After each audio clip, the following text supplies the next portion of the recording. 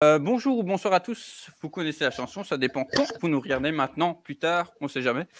Comme vous avez vu dans le titre, on va parler de Taylor Sheridan, un petit nom dans l'industrie d'Hollywood, sans spoil évidemment, parce qu'à mon avis, il y a peut-être une partie d'entre vous qui n'ont pas tout vu. On va quand même essayer de faire une petite partie sans spoil, on ne sait jamais qu'à la rediffusion, des gens seraient curieux ou n'auraient pas entendu parler de cette petite pierre jaune.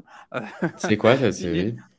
Ouais, non, je sais pas, tu vois, les acteurs, ils ont l'air bizarres, ils ont la barbe, ils regardent Ouais, mal. Il y en a un Kevin Costner, qui il fait a quoi dans une... qui a il un fait... il travaille dans pull. une série? Ouais, enfin maintenant, tu vois, monsieur a pris le melon comme ça. Et une certaine Ah, routine, là. On retrouve je la Dead Lake, hein, connais. bizarrement. Je la connais, Enfin, elle. phénoménal. J'ai déjà vu dans une série aussi. Romain, Ah, mais tant, c'est tant- Yellowstone. ah, c'est Non, ça, je plaisante, tant ça que tu va. as la parole, qu'est-ce que tu peux en dire vraiment sans Pas spoil, hein. grand-chose. Je sais que ça va être Pas dur, hein, grand-chose, mais. pas grand-chose, pas Ah, grand-chose. J'ai vu que les 2 premiers épisodes de cette série, donc c'est vraiment une sorte de rendez-vous manqué. Tu vois, c'était comme Succession. Ça a été un rendez-vous manqué pour moi. J'ai tout rattrapé, j'ai allez, adoré. allez, on force, Et monsieur. Yellowstone, je vais reprendre. C'est un rendez-vous manqué que je n'ai pas eu. Et ça m'arrive des fois de temps en temps d'avoir des séries que je ne regarde pas et qui ont un succès public, critique, etc. Mais comme Succession l'a été, mais je voulais rattraper avant la saison 4, Yellowstone le sera aussi avant peut-être le spin-off avec Matthew McConaughey. Et donc, du coup, je Spin-off regarderai. suite, ouais, on sait pas Non, mais trop. ça, c'est Ouais. sûr. J'ai vu que les 2 premiers. J'ai trouvé ça vachement intéressant du point de vue de l'écriture et tout, hein. Je n'ai rien à redire sur les 2 premiers épisodes de Yellowstone. J'adore le casting, j'adore les personnages, en tout cas de ce dont je me souviens. Donc, je recommence à revoir les 2 premiers épisodes.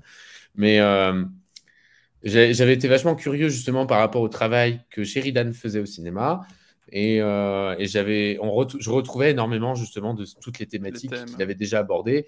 Et c'est pour ça que j'avais envie de continuer. Et puis après, la vie fait que des fois, on ne peut pas forcément avoir du temps à consacrer à quoi que ce soit.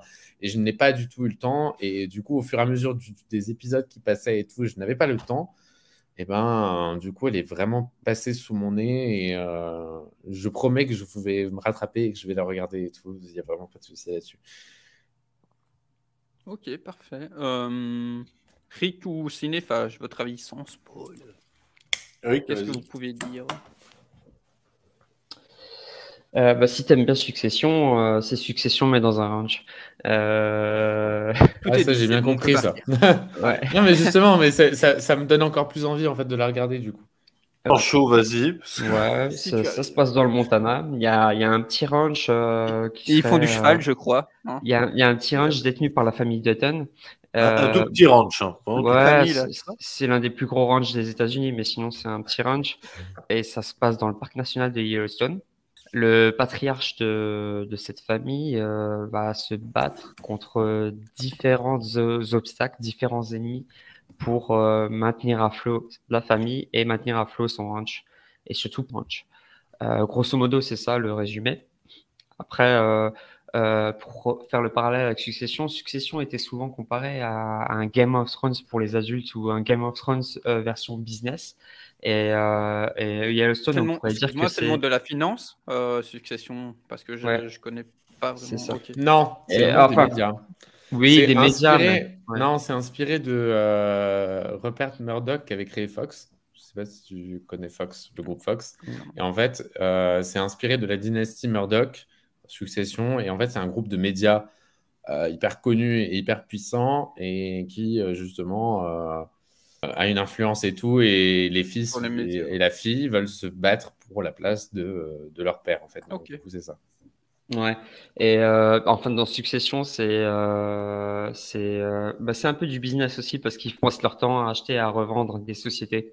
Et Yellowstone, c'est un peu le même principe, mais dans un ranch où ils ont des ennemis, il y a une histoire familiale, mais c'est tellement bien écrit, que ce soit l'ambiance, le lieu où les personnages se trouvent, que ce soit les personnages en tant que tels, que ce soit la réalisation, que ce soit les acteurs, il y a tout qui est excellent dans cette série en fait. C'est pour ça que La j'ai musique. la musique, les décors, il y a tout qui est excellent. Franchement, si vous l'avez pas vu, vous pouvez foncer. Si vous avez vu que 2 épisodes, continuez à regarder. Et euh, Ça, c'est pour moi ça. euh, pour pas spoiler plus, voilà, pour résumer rapidement. foncez. Yellowstone, c'est magnifique. Ben, moi, au final, c'est à peu près pareil. Alors, j'attendais la série parce que grand fan de Kevin Costner. Et en plus, je me disais, putain, Taylor Sheridan, il se lance dans une série, il a Kevin Costner, il a Kelly Reilly. Disons que ça envoie quand même bon casting, quoi. Et je regarde le premier épisode, le pilote, qui dure à peu près 1h30, je crois. Et je fais, ok, c'est énorme. J'ai pas trop le temps maintenant. Et du coup, j'ai vraiment vu le premier épisode quand c'était sorti à l'époque. Et je dis, je vais laisser reposer quelques temps. Et j'y suis retourné pendant le Covid, en 2020. Et là, je me suis fait saison 1, 2, 3 d'affilée. Et là, c'était un pur bonheur. Ensuite, j'attendais la 4 avec énormément d'impatience. Et puis bon, là, du coup, je freine mes attentes pour la 5. J'attends qu'elle soit sortie complètement avant de la regarder. Et c'est vraiment une série qui, on pourrait résumer très grossièrement en disant que c'est un Dallas avec, disons, des solutions expéditives quand on fait chier les Dotton. Mais c'est Plus tellement moderne, plus, on pourrait dire. Ouais. oui, ben, il y a totalement ce côté western moderne, ce côté affrontement entre le nouveau monde, Ouais, l'ancien, les classes sociales, tout ça. et Ouais. finalement la famille Dutton qui est un mélange des deux mondes, qui souhaite conserver les terres, Qui mais fait- qui en même temps, Qui fait la jonction. Ouais. voilà. Et puis la série qui est remplie de personnages, là encore totalement sheridanien, je sais pas si on peut dire comme ça, mais voilà. C'est-à-dire que ce sont des gros enfoirés, mais avec un gros cœur. Et du coup, tu ne peux t'empêcher d'apprécier ces personnages, de les suivre, de vouloir les voir réussir, malgré leur action vraiment très Ouais, ou illégale. souhaiter qu'ils se repentissent, quoi. Mais à chaque fois, tu as un truc qui va faire que. Voilà. Ah, bah non. Et en plus, l'écriture de Sheridan fait que ce que tu attends en termes de résolution sur une histoire, il va généralement te l'offrir bien plus tôt que ce que tu ne le pensais. Ouais, ou autre chose. ou Voilà, t'amener c'est-à-dire autre que chose. là où tu te dis, ah purée, j'aimerais tellement que ça se finisse là sur une séquence d'action et puis tu termines tout, mais ça sera jamais le cas parce qu'on est dans une série et le mec il te le fait quand même. Il sait te surprendre sur l'écriture, il sait du coup rester totalement satisfaisant et ça aide à l'implication de la série et ça aide aussi évidemment à ce que l'ensemble soit totalement passionnant. Et chaque phrase est pertinente. Il n'y en a pas une où je me suis dit, ah non, c'est du remplissage. Chaque bout de phrase, chaque mot. Genre, il y a vraiment des épisodes où, enfin, la plupart du coup, où j'étais comme ça. Genre, je mets pause, tu vois. Il vient de dire ça, ok. Donc j'analyse, Ah ouais. c'est ça. Toi, une répercussion, c'est un truc de dingue. Et les personnages ont des charismes de fou. Enfin, je veux dire, Rip. Et il revient de loin, hein. Il revient de loin. Il jouait dans Fast and Furious, hein, le 2. Et Fast and Furious et Pitch Black. Et d'ailleurs, je ne l'avais pas reconnu au début. C'est quand j'ai vu l'acteur, j'ai fait, mais non, merde, c'est lui. Et Rip, pour ceux qui n'ont pas encore vu la série, vous saurez que dès que vous le voyez dans une scène, généralement, vous allez en sortir très satisfait. Il y a la testostérone qui est remise en jeu. Hein, voilà, je frappe et après je cause. Mais voilà, disons que c'est un peu la solution ultime, c'est Rip, quoi. C'est un nounours, quoi. Et c'est un nounours au grand cœur. Le choix du casting, Kevin Costner, vous l'avez vu dans une autre série. Moi, je me souviens pas l'avoir vu dans une autre série que dans Yellowstone. Non. Et- Bah, si, il avait commencé dans une série. Ouais, mais dans quoi? Moi, je me souviens pas de l'avoir vu dans une série. Ouais, mais un truc dans les années 70, t'étais pas né comme moi. Après, Non, mais je me suis dit, Kevin Costner et peut-être qu'il a le personnage a été écrit peut-être pour Kevin Costner. Mais il a parce joué que- dans des films. Vas-y. Parce que Kevin Costner, quand je pense à Kevin Costner et au western, je pense à Danse avec les loups ou à Open Range aussi. De magnifiques films complètement différents, hein, mais qui ont un peu cet esprit-là. Juste pour noter aussi, quand tu parles de films, moi, je trouve un des plus beaux que j'ai vu en western, c'est Wyatt Earp, que je trouve vraiment très pertinent avec lui, du coup. Mais qui n'est pas réalisé par Costner, par contre. Enfin, c'est ça. pas réalisé. La légende dit que. Vas-y. Et le choix du casting est juste top. Kevin Costner, justement, je me suis dit, mais ça, c'est un acteur que j'ai jamais vu dans une série télé. Je sais pas s'il l'a fait du coup, mais pour moi, dans mon esprit, c'est un acteur de film, cinéma. Et je me suis dit, c'est l'occasion de voir ce qu'il peut valoir dans une série télé, c'est-à-dire dans un tournage qui est complètement différent, un personnage qui est à traiter différemment. Et j'étais pas déçu du tout. Moi, j'ai vu que les 2 premières saisons, par contre.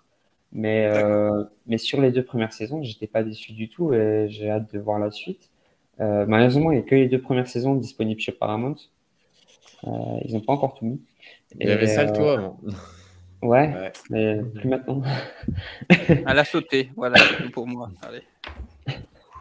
Et Voilà. du coup, ils ont Je aussi retombe sur mon cheval, voilà, toujours. Ils ont aussi lancé cette Oh. mode-là dans ce Yellowstone Universe, on va dire, parce que sur chaque série dérivée, ils ont une grosse tête d'affiche d'acteurs Plus ou de moins, ouais. films en général. Il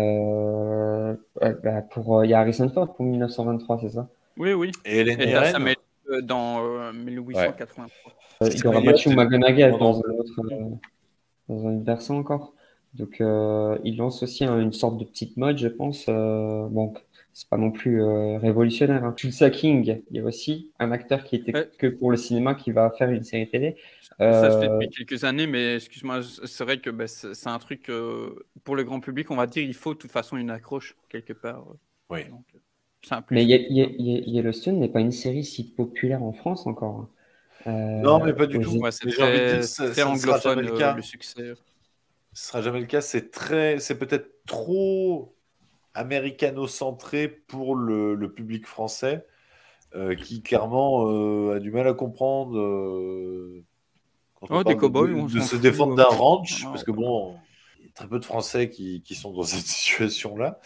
Mais, enfin, même en Europe, quoi, c'est très, très, très américano-centré. Et je pense aussi que je sais pas comment la série a été distribuée en Belgique, mais en tout cas en France, je trouvais que c'était Ouais, j'ai pas absolument déplorable. C'est-à-dire que tu as une série avec Kevin Costner, ça devrait même pas, mais C'était sur M6, je crois. l'année qui suit la première saison, c'est balancé ça en prime time sur TF1 le dimanche soir ou je ne sais quoi, et tu balances 1 ou 2 épisodes par soir et Bah, tu c'est vends ça TF1 comme en France qui a acheté pourtant en plus. une grande saga familiale. Et au final, TF1 a acheté, l'a foutu sur Salto et a quand même tenté une petite diffusion sur TMC, sauf que bon, Oui. évidemment, il y a Ouais, c'est ça que je vois. déjà la 4e saison, les principaux intéressés n'avaient pas à y regarder, et puis c'est pas comme ça que tu vends une série, quoi. Mais bon, C'est dommage hein, pour la distribution européenne. Enfin, Ouais. chez nous. Bah, on a des très belles séries en Europe aussi. Mais oui. Ouais, mais bon, Yellowstone, tu vois. Bon, voilà. Mais ouais, et du coup, que dire? Enfin, c'est toujours compliqué de passer par vous parce que globalement, on est tous impactés très bien sur la plupart des trucs. Donc, pour mon cas, si vous aviez fini sans spoil, sans monopoliser la parole, c'est vrai que du coup, je l'ai découvert vraiment sur le tard. Quand les 3 ou 4 saisons étaient déjà sorties, bah, je vous l'avais dit en off, quasi fin 2022, comme j'ai un peu plus de temps pour moi, j'étais curieux de loin, hein, parce que western, c'est pas non plus le genre dont je suis le plus grand fan. Mais voilà, au vu de ce que je fais, il y a des choses qui font que je me redirige vers ce genre. Il y a Voilà, des pour balles les qui se inspirations perdent, et comme on dit. Hein. Exactement, ouais. C'est ça. Et donc, voilà, j'en ai quand même entendu parler, surtout de souches américaines, globalement par Twitter et tout, les acteurs. Donc, je me dis, allez, je suis curieux, je vais voir ce que ça donne. Puis Sheridan, quand même, je pars quand même assez confiant. Et puis là, fait que j'enchaîne toute la série en 2 mois. Donc, vraiment, pour tout ce que vous T'es avez pas dit. assez confiant? Pourquoi t'es pas assez confiant? Parce que là, je veux une Non, explication. non, je dis par quand même contre. un Parce peu que tu confiant. dis Sheridan, du coup, je suis pas assez confiant. Non, quand même assez confiant grâce à Sheridan, puis certains acteurs que je connaissais. Et donc, je lance, j'enchaîne. Et comme je dis, pour tout ce que vous avez dit, au niveau, forcément, pour moi, qui débute à tous les niveaux, c'est une leçon. Comme j'ai dit, chaque dialogue, chaque phrase, même si ça reste un peu forcément fictionnel, qu'il y a des codes classiques, mais qui sont bien utilisés, je pense vraiment pertinent, quoi, percutant à chaque bout de mot qui est mis, les situations. même si je dis une nouvelle fois qu'il s'amuse les codes, qu'il remodernise le western, comme j'ai dit, tu l'as bien cité, et je le disais aussi un peu sur la toile, un Dallas 2.0, alors que je n'ai pas tout connu de Dallas, hein, forcément, parce que je n'étais pas cette génération-là. Je retrouve des codes de personnages qui étaient déjà dans cette série, de la manière que ça met en avant. Là, du coup, c'était le pétrole. Là, c'est plus sur, comme on l'a dit, dans le côté moderne, comment faire survivre le milieu par rapport à tout ce qui se passe, ces industries, etc. Et déjà, ça, du coup, il a réussi à m'accrocher avec ses antagonistes. Le petit blanc bourge américain qui du coup veut s'approprier les terres, et en fait tu découvres, comme on l'a dit jusqu'ici, mais que tout est complexe. C'est pas le méchant petit blanc qui a de l'argent, non, il y a un truc pourquoi il veut faire ça. Pareil avec les Amérindiens, bon, forcément on comprend pourquoi, et du coup comment ils vont pas, quel procédé ils vont mettre en place pour essayer de ravoir leurs terres. On voit qu'aussi au sein de leur peuple, au sein de leur propre peuple, il y a des façons de faire différentes. Mais bon, voilà, sur la continuité, je ne peux pas trop vous en parler. Enfin, je trouve que du coup, ils deviennent un peu mis sur le côté, et je trouve ça un peu dommage, mais ça reste quand même cohérent et pertinent de manière générale, et ça à tous les niveaux. Et que dire, ouais, les personnages, il y en a comme Bess, du coup, voilà, j'essaie vraiment, comme on dit, sans spoil ici, parce que du coup, moi, j'ai vu la totalité.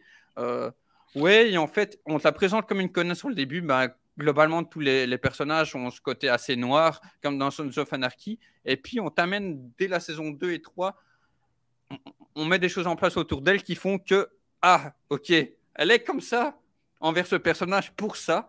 Elle fait, ok. Et ça, comme dans Wind River, il y a des trucs qui vont vous glacer le sang. Des fois, vous allez passer par toutes les émotions. En tout cas, c'était ma part. Et justement, comme on l'a dit depuis le début, on sent vraiment que Sheridan peut enfin davantage s'exprimer. Même les acteurs le disent pour cette anecdote, par exemple, pour enrichir tout ça.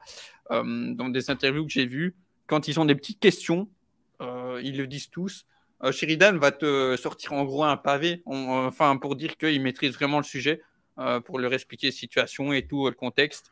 Il est aidé aussi par ce que je trouve, elle ressent quand on a une force, du coup, le côté, le personnage de Mo, par exemple, fait partie de ceux qui vont aider à la reconstitution du peuple amérindien. Il est d'ailleurs sur la série comme 1883. Et vraiment, je trouve que cet ensemble se ressent. Rick parlait tout à l'heure de véracité. C'est ce que j'ai ressenti dès le premier. Ça m'a pas, en tout cas, fait démentir par la suite. Bien que forcément, comme je le dis, il y a de la fiction, il joue avec des codes, le côté action, forcément, peut-être il y a des moments où... ben voilà, par exemple, il y a un moment qui se passe autour de Bess, forcément, je peux en parler sans spoil, enfin avec spoilers ici, qui fait où tu dis, ça aurait pu être plus grave, mais voilà, il y a quand même un petit impact qu'elle a derrière. Donc, ça, c'est toujours de toute façon dans chaque production, la difficulté quand tu joues comme ça entre les deux, mais vraiment très intéressant. Comme on l'a appris en off, du coup, bah, je l'amorce, j'en reparle un peu ici. On a appris, nous, que Kevin Costner, ben voilà, le monsieur donc préparait des films, je ne sais même plus comment on dit, mais du coup, 5 films pour Warner qui s'appelle Horizon, donc du western. Pourquoi pas, ok, sauf que bah, quand même, je pense que vous l'avez un peu tous dit, mais surtout Rick aussi, que Costner, du coup, c'est le personnage principal, c'est le patriarche. Donc, forcément, même les acteurs et les équipes techniques ont commencé à dire en restant respectueux, ben, c'est bien sympa dans des interviews, mais ça commence à mettre des bâtons dans les roues. Et comme je vous en parlais en off aussi, du coup, moi qui suis, du coup, qui ai connu ce que connaît Sheridan, et à mon avis, comme d'autres, de gérer tout on va dire cette merde, en restant respectueux, parce que, ben voilà, on ressent aussi dans ses propos, c'est pas quelque chose de facile à gérer. Et donc, on a entendu... qui se faisait comme discussion que Matthew McConaughey, qui a touché un petit peu aussi au monde du western, pourrait être le rôle principal, en tout cas un des rôles principaux de la suite. Donc on ne sait pas si ça va être, si ça va, il fera peut-être encore avoir des épisodes, mais s'il va y débarquer, y avoir un autre spin-off, ou si ça va continuer avec lui et Yellowstone, la série mère. Mais en tout cas, à suivre. Pour moi, je sais pas pour l'instant, parce que ça fait du coup, même si je l'ai vu il y a pas longtemps, il y a tellement de choses qui se passent à dire quelle est la saison la meilleure. Juste que le petit point négatif que je mettrais sans spoilers une nouvelle fois, c'est les antagonistes. C'est-à-dire que ils apportent quelque chose au niveau des personnages principaux et secondaires, mais eux, en tant que même, ils sont pas les menaces ne sont finalement pas hyper importantes en fait. Ça aide au développement des personnages, ce qu'on essaye de mettre en avant comme thème, mais du coup, je trouve que c'est un peu le point négatif. Il n'y a pas vraiment un antagoniste où on se dit, ouais, qui était hyper intéressant en termes de nuances. Donc, voilà. Je sais pas. Oui, Après, voilà, c'est comme je vrai, ouais, disais. ils sont. Non, puis il y a la manière de Sheridan vas-y. de résoudre les antagonistes de manière assez surprenante. C'est que généralement, l'antagoniste d'une saison va être balayé d'un revers de main en début de saison d'après, quoi. Ouais, c'est le côté fictionnel où tu sens que ça fait ah bon, là on a le méchant en saison 1, bon après on met le méchant en saison 2, et ainsi de suite. Et c'est un peu dommage. Là où tu sens que pour les personnages même du ranch, même des genre Diane Bowen qui commencent à gagner en profondeur plus tard dans les saisons. Et là c'est le point négatif pour les méchants. Mais bon voilà, il peut pas être parfait. Du coup, je souhaitais quand même en parler pour essayer de nuancer tout ça. Donc voilà. Et ouais, je pense que, enfin, je sais pas si vous aviez à redire dessus pour la partie no spoil générale parce que c'est compliqué cette saison. Est-ce que du coup, sur quoi vous voudriez partir pour la partie spoilers? On a parlé un peu de 1923, 1883. Je sais pas qui, parce que du coup, on est tous à jour, mais de manière différente sur les séries.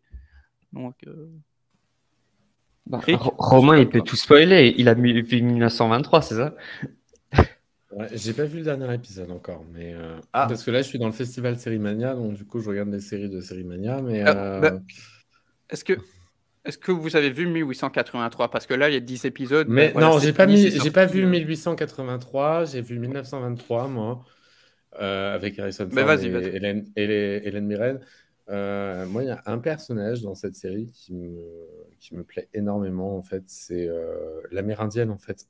Exact. Qui se retrouve chez les religieux et qui se fait maltraiter et qui décide du coup de tuer la bonne sœur, en fait, la mère supérieure. C'est bon, après, je suis désolé, je spoil, mais. Oh je non, pense que spoil, hein, vas-y. Plus rien à foutre. Mais alors, pas sur Yellowstone, s'il vous plaît, mais. Mais en Donc, tout cas, cette Yellowstone série. saison 4.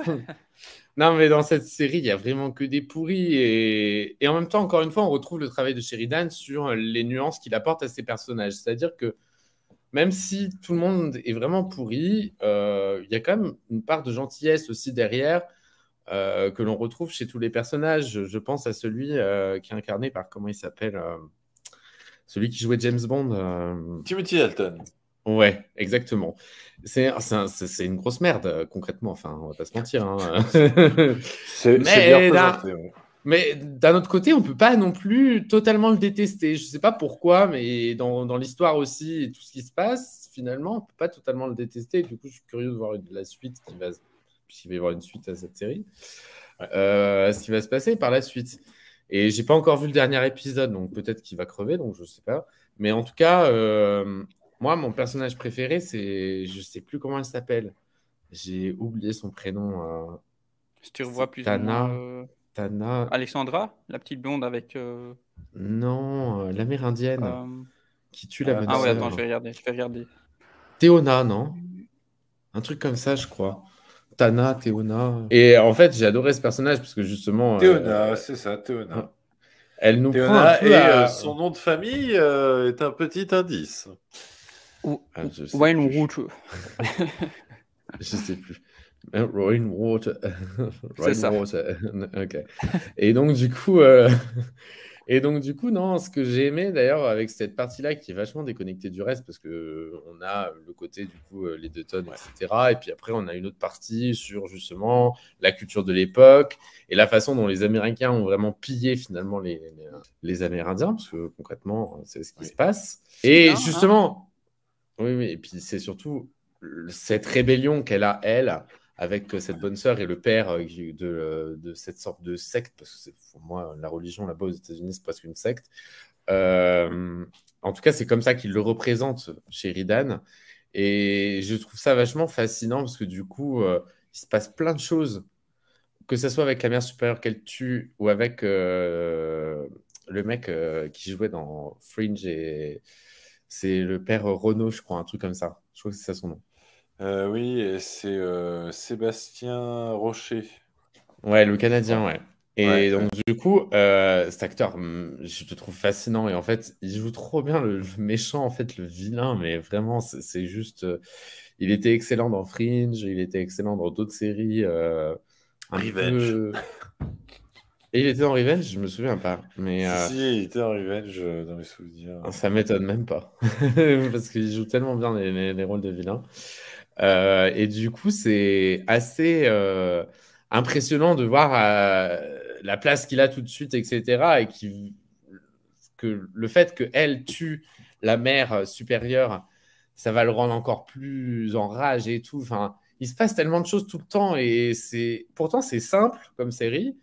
Durant les épisodes, finalement, à part le twist final, on va dire, on se concentre beaucoup sur les personnages et leur évolution. Et ne serait-ce que quand elle quitte le couvent, enfin cette école insupportable, où elle est retenue prisonnière, et qu'elle va se retrouver dans le désert américain, elle va avoir froid, etc., au milieu des loups et tout. Enfin, c'est dans l'épisode 3, je crois, ou 2, je sais, 3, je crois. C'est un moment assez fort, en fait, et pourtant, c'est vachement simple, et on comprend pourquoi ça se passe comme ça, parce qu'il fait froid, forcément, dans le désert américain. La nuit, il y a forcément des loups ou des coyotes, etc. Et du coup, en fait, on a l'impression d'être dans une sorte de roi lion interposé et tout. Et en fait, il montre la dure réalité des choses et que ces gens, ils ont dû se battre pour leur propre vie, à la fois avec des êtres humains, à la fois avec la nature elle-même, qui a toujours été hostile aussi, à une certaine période de la journée, en tout cas. Et je trouve ça vraiment fascinant. Et après, pour ce qui se passe vis-à-vis des deux tonnes, là aussi, encore une fois, on a du coup Donald, c'est le mec de James Bond, Tu veux qui est dire, un Dalton, ouais. sacré, qui est Naughty Dalton. le pire des connards, en fait. Le, Enfin, le gouverneur en sincèrement. plus. Et Gouverneur, oui. ce mec, à chaque épisode, on a envie de lui foutre des tartes, mais de le foutre par terre, quoi. Mais pourtant, c'est ça qui se donne aussi le truc à la série, je sais pas. Et en fait, on s'accroche à tous les personnages, on s'accroche à toute l'histoire et aux histoires de chacun et tout. Et à la fin, ça fait un tout. Et c'est pour ça que du coup, j'ai vraiment envie de reprendre Yellowstone Mais, tu vois, par exemple, rapidement pour parce reprendre- que pour il y une a un part sens de dire, l'écriture qui est juste ouais, fascinant. vas-y. Tu vois, quand tu parles donc de Dalton, ce que je dis qui fait écho avec Sutter aussi, et tout ce qu'on dit de Sheridan depuis le début, la nuance, c'est-à-dire que malgré qu'il est, lui, de toute façon, c'est le plus détestable de tous par rapport à ce qu'il fait, tu sens quand même le pourquoi, et le pourquoi, c'est les gouverneurs, il doit faire vivre son État, et en même temps, du coup, il en tire ce qu'il peut, forcément, quand il tombe sur Elle n'a la pas du lumière, gain etc. aussi. Donc, ouais, c'est ça. Ça s'appelle pas Yellowstone pour rien. Et surtout, l'histoire, parce qu'on a appris il y a une saison 2, c'est de voir ce qui rend intéressant. Comment les choses vont se dérouler pour arriver à Yellowstone, la série même. Qu'est-ce qui va faire la rencontre entre ces personnages, comment elle va se faire, qui va évoluer, qui va mourir, etc. Bah ça, c'est une Je sais bonne pas si question, du coup. Parce que moi qui connais juste vraiment 1923, je suis vachement curieux de voir finalement comment tout ça. Et puis encore même, je suis curieux de voir le dernier épisode. Mais Après, ouais, vas-y. non, vas-y. Le petit point négatif que j'énumérais aussi une fois en off, c'est-à-dire que moi, du coup, comme ici j'ai fini la série et qu'on a pris il y a la 2, enfin, ça c'est direct enchaîné. Dès que la première s'est finie, quelques temps après, ils ont dit saison 2. Et du coup, moi, j'ai ressenti quand même quand il y avait des arcs, par exemple, sur comment on en spoil, pour moi, le duo qui me touche le plus, même s'ils sont tous très bons, hormis Helen Mirren et Harrison Ford. C'est quoi son nom, Spencer et Alex. Eux deux, par exemple, je trouve que ça s'étire un peu trop, que ça aurait pu être écourté parce que du coup, même si ils sont quand même censés être loin, que ça met du temps, etc., c'est compliqué. Des fois, dans des fictions, on voit des grosses ellipses et là, je me dis, moi, ça fait l'impression vraiment que ça tire trop sur la corde. Même si, avec ce qu'ils nous ont dressé dans 1883, j'avais ce sentiment en fin de saison 1 que Alex, par exemple, allait mourir bon, déjà, ouais, on spoil entre nous, mais enfin, voilà, je sais pas si vous me comprenez de mettre des choses en place. J'espère en tout cas que ça va garder sa logique et sa pertinence, son intelligence que ça a eu depuis le début. Donc voilà, si on a la saison 2, j'espère que ça va pas trop s'étirer non plus, que ça va aboutir à quelque chose de tout aussi pertinent depuis le début. Ouais, et puis le casting, enfin voilà, l'écriture, tu disais aussi la fois passée, Romain, hormis le fait qu'il y a la famille, forcément, quel point d'ancrage pour reparler de tout ça, forcément comment la société vit, ce qui me fascine aussi, outre jouer avec la réalité, comme la duchesse Alexandra qui a réellement existé, et du coup, son normalement compagnon qui devrait voilà, rester. Ah bon, voilà, je dis pas plus parce que j'ai peur de trop dire entre nous de spoil. Mais dans un des épisodes, juste le fait de les voir marcher, ben voilà, cette séquence n'est pas impertinente puisque ben, ils vont faire une rencontre, par exemple, c'est dans les premiers, je crois, pour les premiers réfrigérateurs. Tu fais, mais ça a l'air bête comme ça.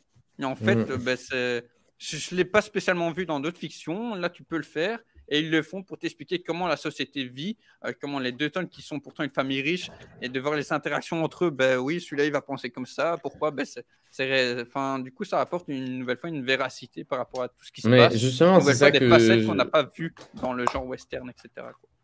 Ouais, mais justement, c'est ça que je disais sur le travail de Sheridan, c'est qu'il est vachement documenté. Après, c'est quelqu'un qui vit en fait, qui est né au Texas, qui vit depuis Ouais.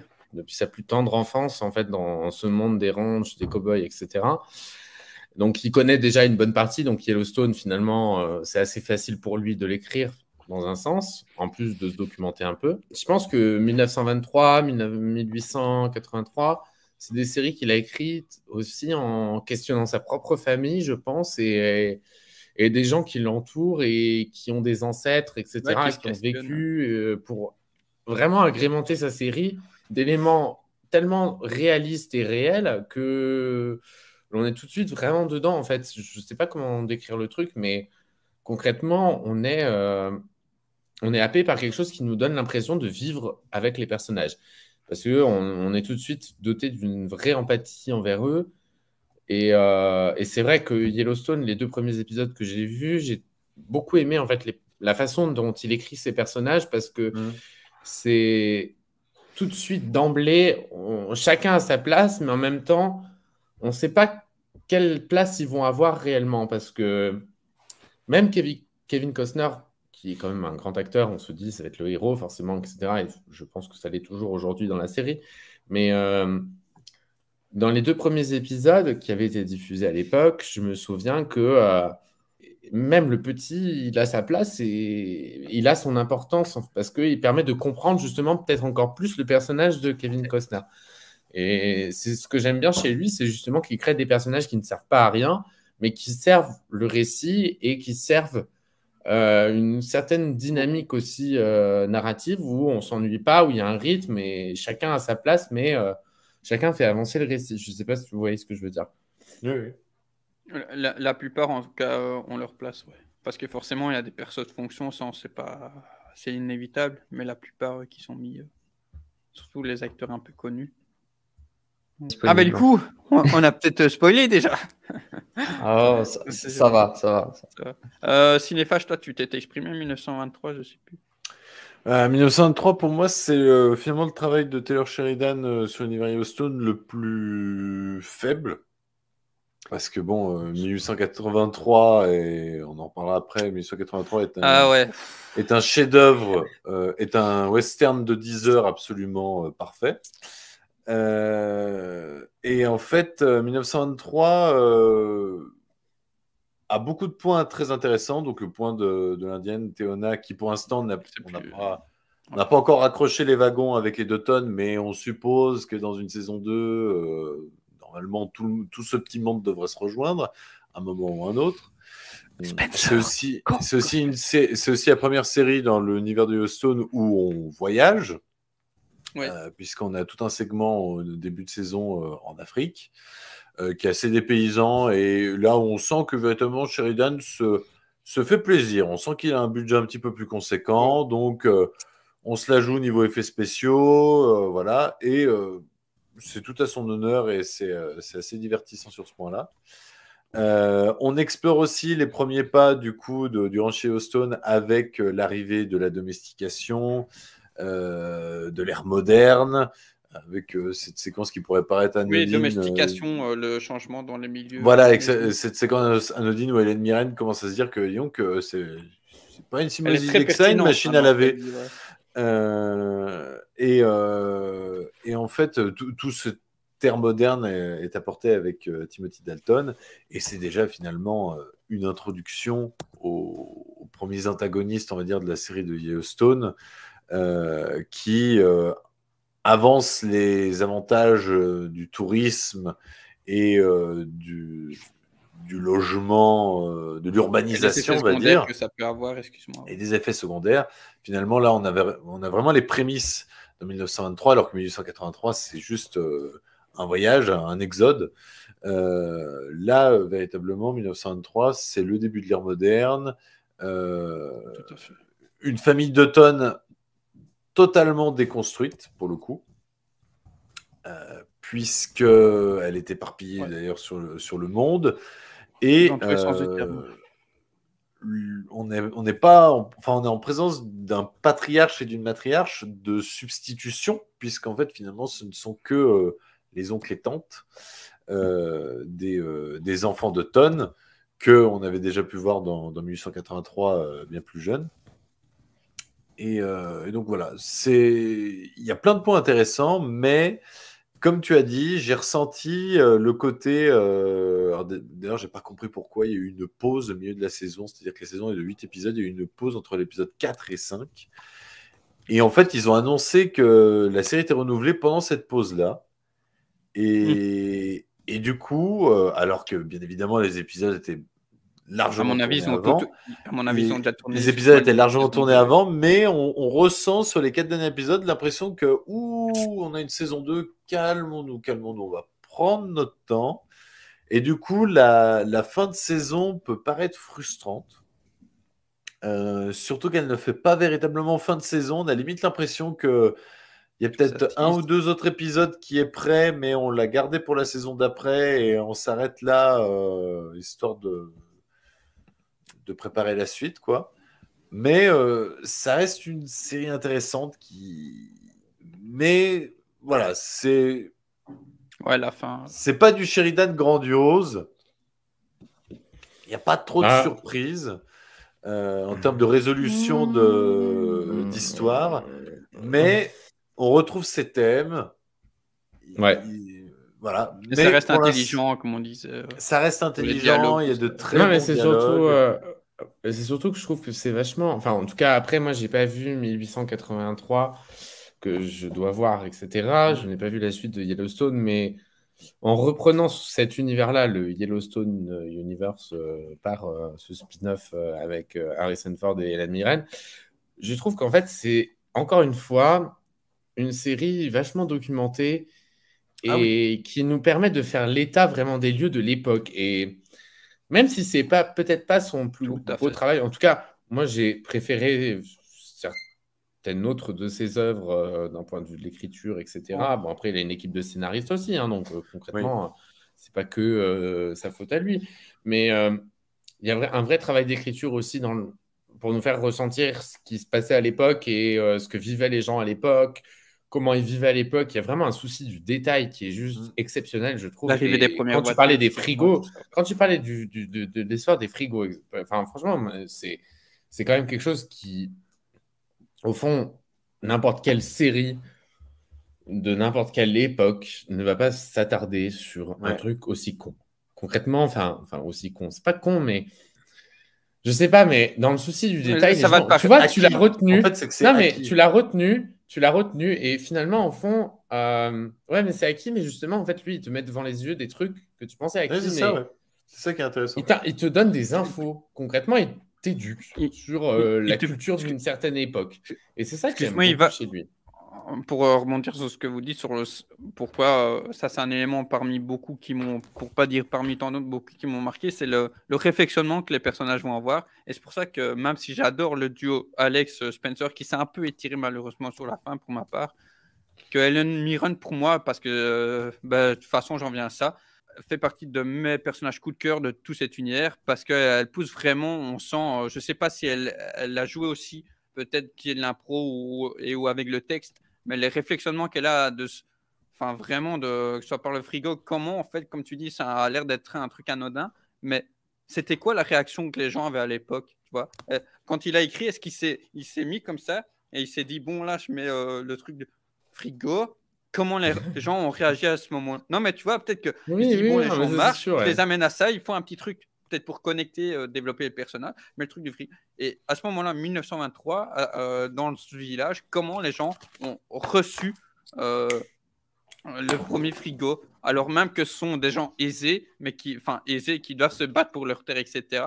Comment ils l'ont vécu. Et tu vois, du coup, le jeune, il a cette réaction-là parce que lui, il est comme ça, sa mère aussi. Même pour le truc ça m'a paru, j'en ai souri tellement que c'est véridique quand elle parle. C'est Harrison, du coup, John Dutton, je crois Jacob. le nom du personnage Jacob. de Jacob, qui se rase.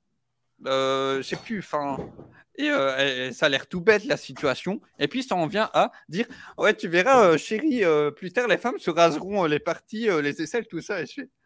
Mais elle le dit, il y a tout un développement autour de ces phrases-là et tout. Mais c'est fou quand même qu'elle elle énumère ses idées comme il fait. De toute façon, vas-y, je te laisse parler. Tu as toujours des trucs en gros pertinents à dire. Et le truc se révèle être vrai en fait, que ça devient un standard plus tard, alors que pour eux à l'époque ça semblait non en fait. Mais tu as raison de parler du personnage d'Hélène Mirren parce que c'est véritablement, pour moi, c'est le personnage central. Excuse-moi, les femmes. C'est le personnage central parce que finalement c'est elle qui va apporter déjà un peu de modernité du coup dans la famille Dutton. C'est elle qui, par ses décisions, va maintenir la survie de cette famille. Et c'est aussi la première fois dans les séries Yellowstone, même s'il y a le personnage de Bess et tout ça, mais le personnage de Bess n'est pas central et finalement... pas de la même manière. Finalement, c'est pas ce personnage-là qui prend les décisions. Elle va exécuter les ordres de manière assez implacable, mais elle exécute les ordres. Alors que là, finalement, c'est Hélène Mirren, donc pour une première fois, c'est une femme qui prend les décisions et qui annonce à tout le monde la couleur. Cette fois-ci, les problèmes, on va les régler à ma manière. Ce qui, du coup, se fera par une manière moins frontale, violente, ce qui, du coup, est un peu plus intéressant que les nombreuses fois qu'on avait vu dans Yellowstone, où, bien sûr, évidemment, à chaque fois, c'était les balles qui parlaient. Donc c'est vrai que le personnage d'Hélène Mirren est vraiment très, très, très intéressant. Et d'ailleurs, la série commence par ce personnage-là, en montrant déjà une scène qui ne sera finalement que visible épisode 3, je crois. 2 ou 3. C'est vrai qu'on se dit quand on voit cet élément-là, on y vient assez vite. Mais tout est, même si du coup, comme vous l'avez compris, nous, on était assez déçus de la fin parce qu'on ressent ce qu'on vous a dit saison 2. Il y a quand même cette intelligence de manière générale de Sheridan et de ses auteurs, de toutes les situations, sur quoi ça nous fait réfléchir. Il y a comment j'allais dire, je pense avoir tout dit, 1923. Mais oui, ce que j'essaie de souligner, peut-être que vous l'avez compris aussi, mais l'univers de Yellowstone, même peut-être, surtout depuis ces séries, parce que sur le début, c'était assez porté par des personnages masculins forts, même si les femmes n'étaient pas délaissées. Là, je trouve que les femmes sont tout aussi intéressantes, impactantes, surtout ici, comme on l'a dit. Le personnage d'Alexandra. Forte, quoi. C'est le personnage, Alexandra, ouais. Et puis, 1883, là, c'est fou. Ça m'a préparé à 1923 pour ça. Ah bah là, voilà. En plus, surtout qu'il y a une voix off dans 1923 pour ceux qui ont vu 1883. Ouais, après qui est un peu délaissé. Mais qui est un peu délaissé, mais qui du coup apporte une seconde lecture un peu à cet univers. Excuse-moi, est-ce qu'on a tous vu 1883 parmi nous? Non. Ah non, Romain n'a pas vu. Non. Donc du coup, non, on va pas du tout spoiler ça. On va pas du tout spoiler ça parce que franchement, ce serait te gâcher. Et en fait, je pense que cette série, en tout cas, j'ai beaucoup plus envie de la voir, elle, que... Mais vraiment, l'émotion dans cette... Que 1923, j'ai commencé par ça parce que je me suis dit, bon, il faut quand même que je reprenne cet univers-là. Donc, je me suis dit, je vais me replonger là-dedans. Je l'ai prise au moment où elle a commencé.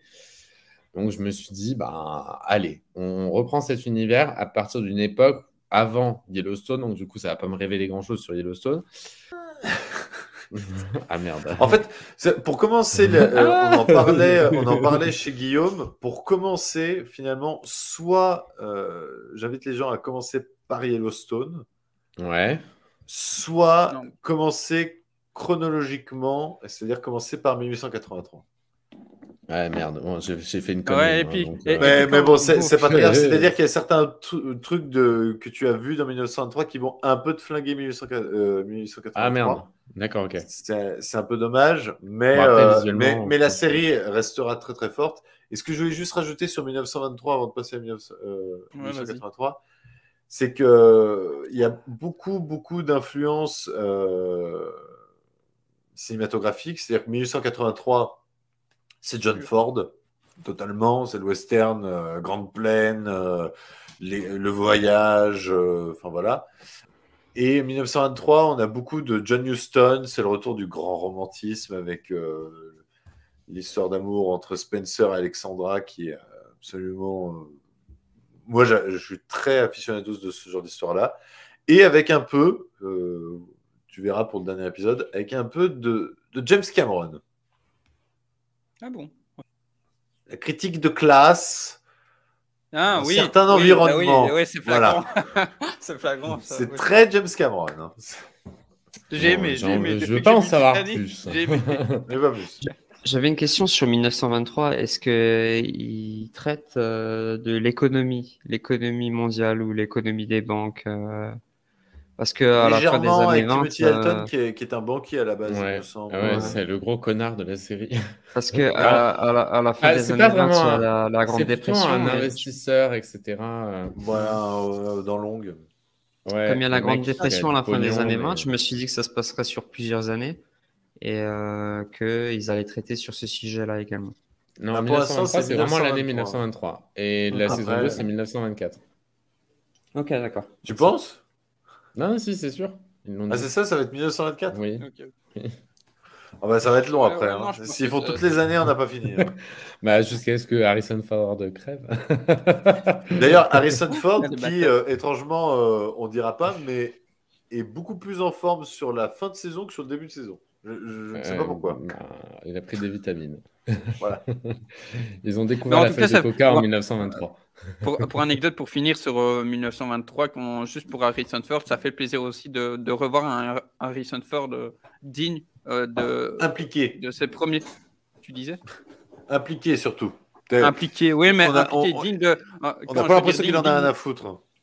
Ouais, c'est ça, de films de grands films comme moi que j'ai vu, Le Fugitif, Mosquito, où vraiment, pareil, Ouais. un un acteur à la hauteur des propos, de ce qui est mis en avant.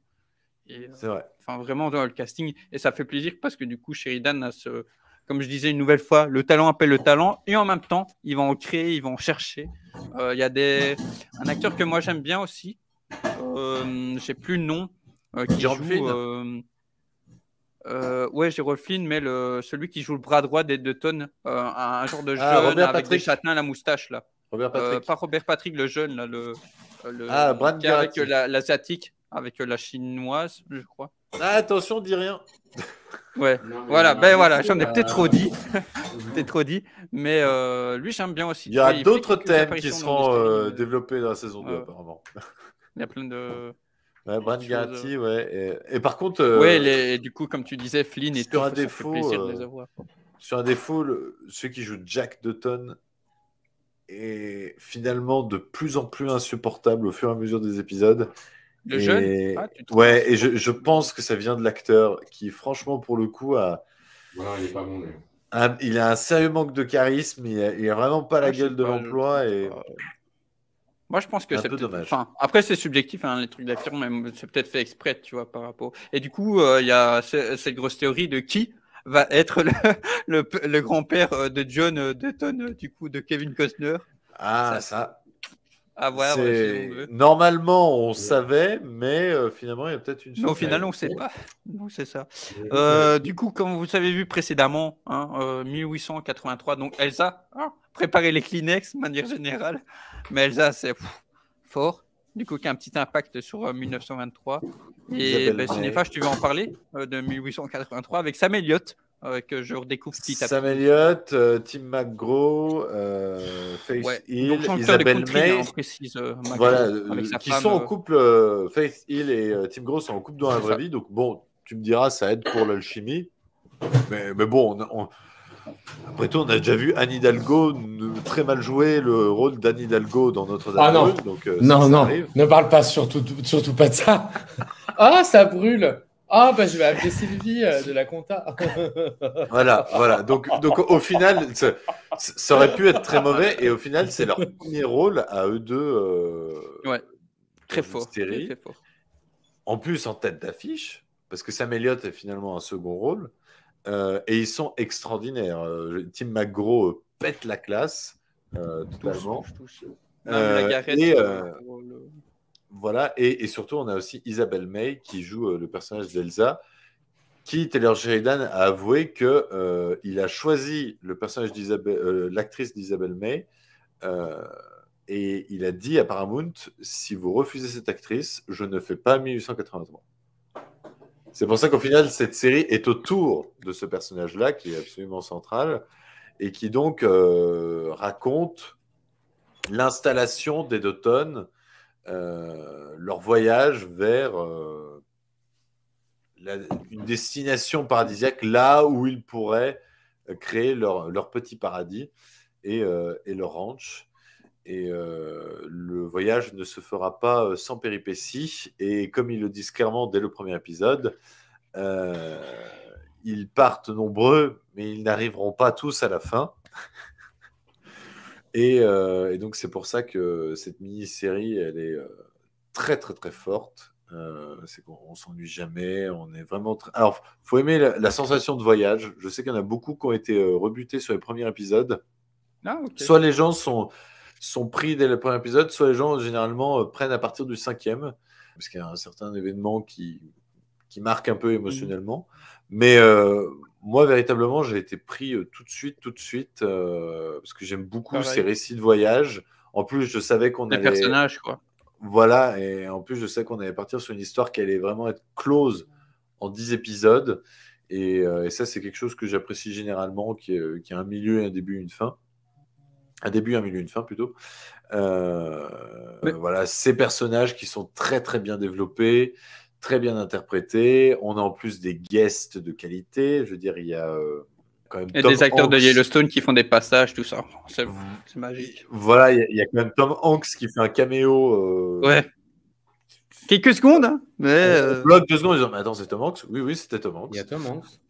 Oui, il y a Tom Hanks dans une scène. barbu. Alors, pour moi, ma théorie, c'est qu'il était en vacances. Il a vu un tournage. Il s'est dit, bah écoutez, les gars, je venais là. Il était en tournage pour une série pour Apple ou un film pour Apple, parce qu'il fait que ça en ce moment. Et il s'est dit, allez, je viens. c'est possible. Alors, surtout que sa femme aussi, Rita Wilson, à un moment, une petite scène. Et il y a Billy Bob Thornton qui est présent pendant tout un épisode avec une classe extraordinaire. Donc voilà, c'est vraiment la série western de Taylor Sheridan. Je pense le fantasme numéro 1 qu'il rêvait de faire. Et pour moi, c'est son chef-d'œuvre. Clairement. Toutes catégories confondues, que ce soit film ou série, c'est son chef-d'œuvre en termes d'écriture. Il l'a vraiment écrit du début jusqu'à la fin cette fois-ci. Il l'a pas tout réalisé par contre. Mais c'est un tel fantasme que Paramount a cru qu'il y avait une saison 2. Ben, c'est ça. Et véritablement, émotionnellement, Tu peux pas faire une saison. n'a jamais été aussi impacté. Alors, non, parce que j'ai il compris. n'y aura pas une saison 2, mais il y a une sorte de spin-off. Bah ouais, avec 1923. Donc... Mais qui n'est pas du tout préparé dans 1883. On n'en parle pas du tout de ce mec, mais du coup, il y aura un spin-off sur un ranger, Bass Reeves, qui s'est interprété par David Oyelowo. Et il y aura Dennis Quaid aussi dedans. Rick, tu l'avais vu ou pas? Ah, je l'ai vu aussi, moi. Ah ben, vas-y. Ben, t'as presque tout dit. C'est triste, c'est grandiose, c'est un western, quoi. Si vous aimez les westerns. Crépusculaire, c'est vraiment ça, quoi. Dès le premier épisode, j'étais dedans parce que c'est le style de film que j'aime bien. Pour moi, c'est un film qui dure 10 heures. Vraiment, j'étais dedans du début à la fin. Et comme dit Sam Elliott, pour moi, c'est pas un personnage secondaire, c'est plusieurs personnages principaux. En fait, ils ont chacun leur histoire. Chacun est très bien travaillé. Sam Elliott, moi, la dernière fois que je l'ai vu, c'était dans la série The Ranch. Et puis je me suis dit, mais c'est un acteur extraordinaire en fait. Et il peut jouer dans une série sérieuse, un rôle très sérieux, très triste. Après, Et, la Ouais, mais première après, je trouve scène. qu'il correspond beaucoup plus au genre western que. Enfin, en tout cas, il a la Oui. tête de l'emploi. Ah c'est oui, il a la oui, tête fou, de ce l'emploi. mec. Il Avec a la sa tête de première l'emploi. moustache scène et tout. de la série 1883, tu verras, te mettra directement dans l'ambiance. C'est Ah que oui, ouais. tu as plus envie d'aller te pendre que de sauter de joie, quoi. Mais ce qui est intéressant, une nouvelle fois, c'est que du coup, comme dans 1923, tu connais la fin, hein, voilà, tu connais la fin, mais tu connais pas le chemin pour y aller et la manière qu'il le fait. Non, parce que j'ai appris des spoils à cause de justement la théorie qu'il y avait une saison 2 et que Paramount pensait qu'il y avait une saison 2. Donc, le problème, c'est qu'à cause de ça, je sais que c'est compliqué qu'il y ait une saison 2 à cause de plein de choses. Ouais, mais même Pas spoiler les Sheridan, gens, mais parce qu'on est en direct, mais concrètement, j'ai appris plein de choses à cause de ça. Et ça m'a dégoûté du coup, parce que du coup, je me dis, bah en fait, je vais regarder une série tout en sachant la fin. Et tu Quoi. connais la fin, quoi, pour le coup. Bah, un Ouais, peu, mais, pas exactement, parce que je ne l'ai pas vu. Mais T'as disons pas que je lu. l'ai imaginé très bien dans ma tête à cause des déclarations de Sheridan que j'ai lues, parce que j'ai lu ses interviews un peu de partout.